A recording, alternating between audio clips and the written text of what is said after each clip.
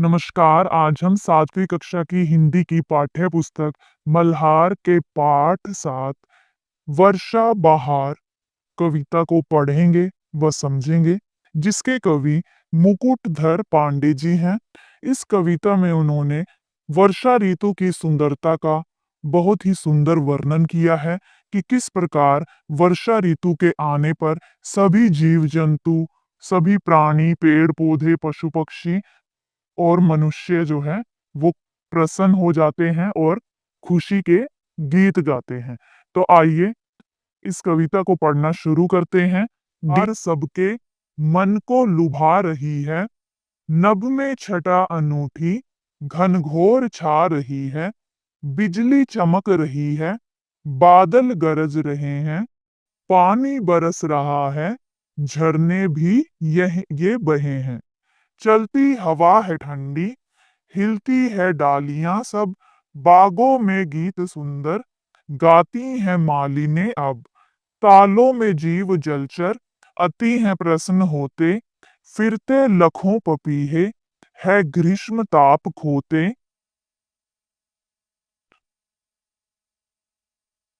करते हैं नृत्य वन में, देखो ये मोर सारे, मेंढक लुभा रहे हैं, गाकर गीत मेंढक लुभा रहे हैं, गाकर सुगीत प्यारे। खिलता गुलाब कैसा, सौरभ उड़ा रहा है, बागों में खूब सुख से आमोद छा रहा है। चलते हैं हंस कहीं पर, बांधे कतार सुंदर, गाते हैं गीत कैसे, लेते किसान मनहर। इस भांति है अनोखी वर्षा बहार भू पर, सारे जगत की शोभा निर्भर है इसके ऊपर। तो आइए अब इस कविता में आए कठिन शब्दों को एक बार देख लेते हैं। वर्षा बहार। वर्षा बहार का अर्थ है वर्षा ऋतु की सुंदरता। नभ का अर्थ है आकाश। छटा का अर्थ है शोभा, सुंदर दृश्य। ठीक है, शोभा या सुंदर दृश्य। अनूठी का अर्थ है अनोखी। और घनघोर का अर्थ है घने काले बादल। ठीक है, कि वर्षा बहार सबके मन को लुभा रही है, नभ में छटा अनूठी, घनघोर छा रही है। कि वर्षा ऋतु की जो सुंदरता है वो सभी के मन को अपनी ओर आकर्षित कर रही है, चाहे वो जीव जंतु हो, पेड़ पौधे हो, मनुष्य हो या कोई भी प्राणी हो। सभी के मन को वर्षा ऋतु की जो सुंदरता है वो अपनी ओर आकर्षित कर रही है। नभ में छटा अनूठी, घनघोर छा रही है। और आकाश में काले काले बादल छाए हुए हैं। और ये जो दृश्य है, आकाश में ये जो दृश्य दिखाई दे रहा है काले काले बादलों का, वो बहुत ही अनोखा है, सुंदर दृश्य है।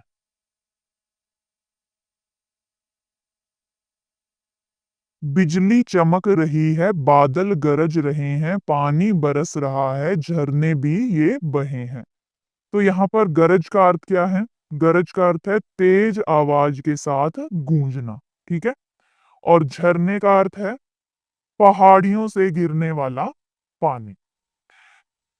तो इन पंक्तियों में क्या बताया गया है कि बिजली चमक रही है, कि वर्षा ऋतु के कारण, वर्षा ऋतु है तो वर्षा ऋतु में क्या हो रहा है, बिजली जो है चमक रही है और बादल भी गरज रहे हैं। यानी चमक और गरज के साथ जोरदार बारिश हो रही है और पहाड़ों में से झरने बह रहे हैं। कि जब वर्षा हो रही है तो पानी जो है पहाड़ों में से गिर रहा है और पहाड़ों में से झरने बह रहे हैं। चलती हवा है ठंडी, हिलती हैं डालियां सब, बागों में गीत सुंदर, गाती हैं मालिनें अब। अब यहाँ पर मालिनें का अर्थ क्या है? बाग की देखभाल करने वाली स्त्रियां। ठीक है, महिलाएं। तो इन पंक्तियों का अर्थ है चलती हवा है ठंडी, हिलती हैं डालियां सब। कि ठंडी ठंडी हवा चल रही है और हवा के कारण जो पेड़ों की डालियां हैं वो हिल रही हैं। डालियां या टहनियां भी कह सकते हैं आप, ठीक है? कि ठंडी हवा चल रही है और ठंडी हवा के कारण जो पेड़ों की टहनियां और डालियां हैं वो हिल रही हैं। बागों में गीत सुंदर गाती हैं मालिनी अब। और इतना सुंदर वातावरण है कि जो बागों की देखभाल करने वाली मालिनी हैं यानी स्त्रियां हैं, वो मधुर गीत गा रही हैं, क्योंकि पेड़ पौधे हरे भरे हो गए हैं, फूल खिल गए हैं। तो इसी खुशी में, इसी मनमोहक वातावरण को देखकर मालिनी जो हैं वो सुंदर गीत गा रही हैं।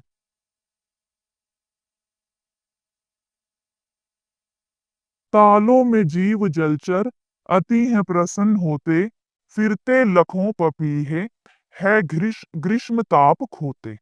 तो यहाँ पर ताल का अर्थ है तालाब, जलचर का अर्थ है पानी में रहने वाले जीव, पपीहे का अर्थ है, पपीहा होता है एक पक्षी जो वर्षा ऋतु में गाता है, ठीक है? और ग्रीष्म का अर्थ है गर्मी, और ताप का अर्थ है गर्मी या जलन, जो हमें गर्मी के कारण महसूस होती है, ठीक है? तो इन पंक्तियों का अर्थ है कि तालों में जीव जलचर अति हैं प्रसन्न होते, फिरते लखों पपीहे है ग्रीष्म ताप खोते। कि वर्षा ऋतु में बारिश के कारण तालाबों में पानी भर गया है, और तालाबों में पानी भर जाने से जो पानी में रहने वाले जितने भी जीव हैं वो बहुत ही खुश हैं, प्रसन्न हैं। और जो पपीहे हैं, पक्षी हैं, वो इधर उधर घूमते नजर आ रहे हैं, यानी कि वो इस सुंदर वातावरण का आनंद लेते हुए इधर उधर घूम रहे हैं, क्योंकि ग्रीष्म ऋतु से यानी गर्मी से राहत मिल गई है। गर्मी का जो प्रभाव है वो वर्षा के हो जाने से, बारिश के हो जाने से कम हो गया है, ठीक है? इसीलिए सभी जीव भी प्रसन्न हैं, और पक्षी जो हैं वो भी, पपीहे पक्षी भी इधर उधर घूमते हुए नजर आ रहे हैं।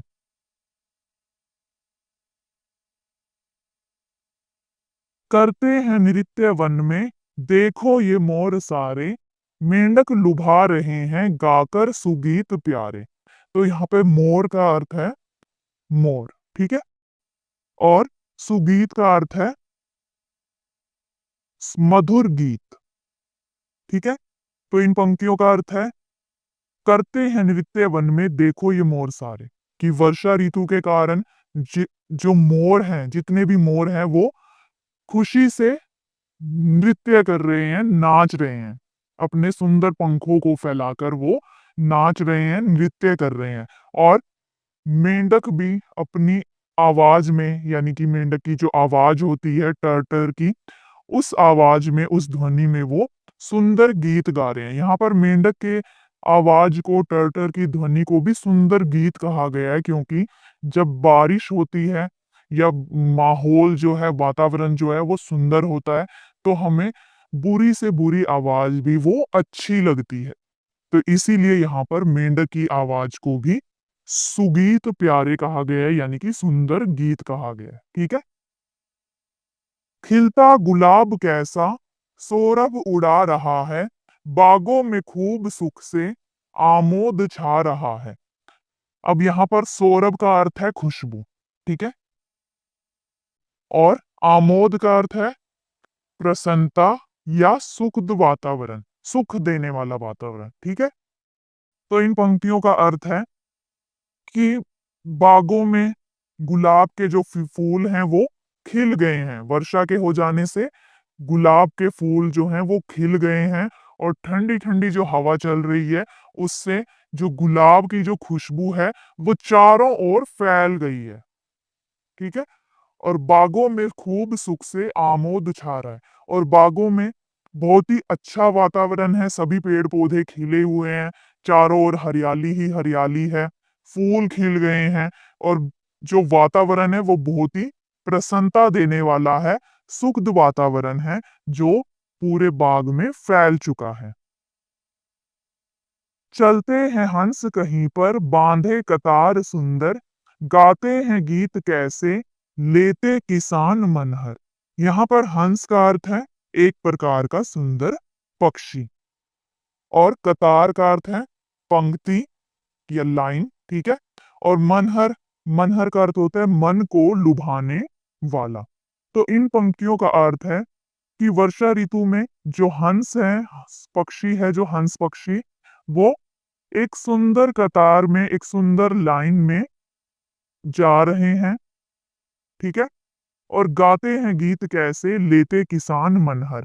और जो किसान हैं वो बारिश के हो जाने से बहुत ही खुश हैं कि उनकी अब फसलें जो हैं वो अच्छी होंगी, इसलिए किसान जो हैं खुश हैं। और वो खुशी से गीत गा रहे हैं, और उनके गीत कैसे हैं, मन को लुभाने वाले, ठीक है। कि मन को लुभाने वाले गीत जो हैं वो किसान गा रहे हैं, क्योंकि वो बहुत ही वर्षा के आ जाने से खुश हैं। इस भांति है अनोखी वर्षा बहार भू पर, सारे जगत की शोभा निर्भर है इसके ऊपर। भांति का अर्थ होता है प्रकार, भू का अर्थ होता है पृथ्वी, और निर्भर का अर्थ होता है आधारित, ठीक है। तो इन पंक्तियों का क्या अर्थ है? इस भांति है अनोखी वर्षा बहार भू पर, सारे जगत की शोभा निर्भर है इसके ऊपर। कि इस प्रकार जो वर्षा ऋतु की जो सुंदरता है, बहार है, वो पूरी धरती पर छाई हुई है। और जो सारी दुनिया की जो शोभा है, सुंदरता है, वो इस पर ही निर्भर है, अर्थात वर्षा पर ही निर्भर है, आधारित है। कहने का अर्थ है कि वर्षा के हो जाने से जो ये सारा संसार है, वो बहुत ही सुंदर दिखाई दे रहा है। और इसका कारण क्या है? वर्षा का आना। आइए एक बार फिर से इस कविता को पढ़ते व समझते हैं। वर्षा बहार सबके मन को लुभा रही है, नभ में छटा अनूठी घनघोर छा रही है। कि वर्षा बहार की जो सुंदरता है वो सभी के मन को अपनी ओर आकर्षित कर रही है। और आकाश में काले काले बादल छाए हुए हैं, और जो ये दृश्य है वो बहुत ही अनोखा है। बिजली चमक रही है, बादल गरज रहे हैं, पानी बरस रहा है, झरने भी ये बहे हैं। कि बिजली भी चमक रही है और बादल भी गरज रहे हैं, और चमक और गरज के साथ जो है जोरदार बारिश हो रही है। और पहाड़ियों में से वर्षा का जो पानी है वो झरनों के रूप में बह रहा है। चलती हवा है ठंडी, हिलती हैं डालियां सब, बागों में गीत सुंदर गाती हैं मालिनें अब। कि ठंडी ठंडी हवा चल रही है, जब वर्षा होती है तो जो हवा होती है वो ठंडक हो जाती है हवा में, है ना। तो ठंडी ठंडी हवा चल रही है, और हवा के कारण पेड़ों की टहनियां या डालियां जो है वो हिल रही हैं। और बागों में जो मालिनी हैं, जो बागों की देखभाल करती हैं, वो भी वर्षा के आ जाने से खुश है, क्योंकि वातावरण बहुत ही सुंदर हो गया है। तो वो मधुरता मधुर गीत गा रही हैं, सुंदर गीत गा रही हैं। तालों में जीव जलचर अति हैं प्रसन्न होते, फिरते लखों पपीहे है ग्रीष्म ताप खोते। और तालाबों में वर्षा का जल भर जाने से जो पानी में रहने वाले जीव हैं वो बहुत ही खुश हैं। और जो पपीहे पक्षी हैं वो भी इधर उधर घूम रहे हैं। और जो गर्मी का प्रभाव है वो कम हो गया, अर्थात गर्मी से सभी को राहत मिल गई है, इसीलिए सभी क्या है, प्रसन्न है, खुश हैं। करते हैं नृत्य वन में, देखो ये मोर सारे, मेंढक लुभा रहे हैं गाकर सुगीत प्यारे। कि जो सभी मोर हैं वो खुशी से नृत्य कर रहे हैं, नाच रहे हैं, क्योंकि वर्षा आ गई है। और मेंढक भी टर्टर की आवाज से सुंदर गीत गा रहे हैं। खिलता गुलाब कैसा सौरभ उड़ा रहा है, बागों में खूब सुख से आमोद छा रहा है। कि गुलाब का फूल जो है वो खिल गया है, और उसमें से खुशबू आ रही है, और वो जो खुशबू है वो चारों ओर फैल गई है। और जिससे क्या हुआ है, बागों में बहुत ही खुशी का सुखद वातावरण फैल गया है। बहुत ही प्रसन्नता का वातावरण जो है वो बागों में छाया हुआ है। चलते हैं हंस कहीं पर, बांधे कतार सुंदर, गाते हैं गीत कैसे लेते किसान मनहर। कि वर्षा के आ जाने से जो हंस पक्षी है वो एक सुंदर कतार में जा रहे हैं और किसान जो हैं वो भी वर्षा के आ जाने से खुश हैं, क्योंकि अब उनकी फसल की पैदावार जो है वो अच्छी होगी, इसलिए वो बहुत ही खुश हैं और इसी खुशी में वो गीत गा रहे हैं। और कैसा गीत गा रहे हैं कि मन को लुभाने वाला वो गीत गा रहे हैं। इस भांति है अनोखी वर्षा बहार भू पर, सारे जगत की शोभा शोभा निर्भर है इसके ऊपर।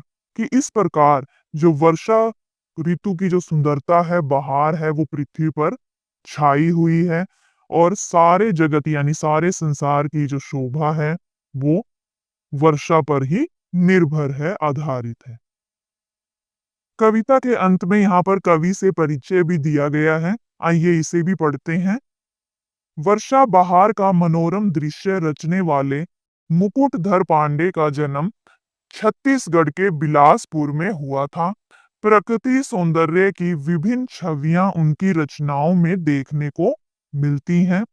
किशोरावस्था में ही उन्होंने कविता और लेख आदि लिखना शुरू कर दिया था। उस समय की पत्रिकाओं सरस्वती और माधुरी में उनकी रचनाएं प्रमुखता से प्रकाशित होती थी।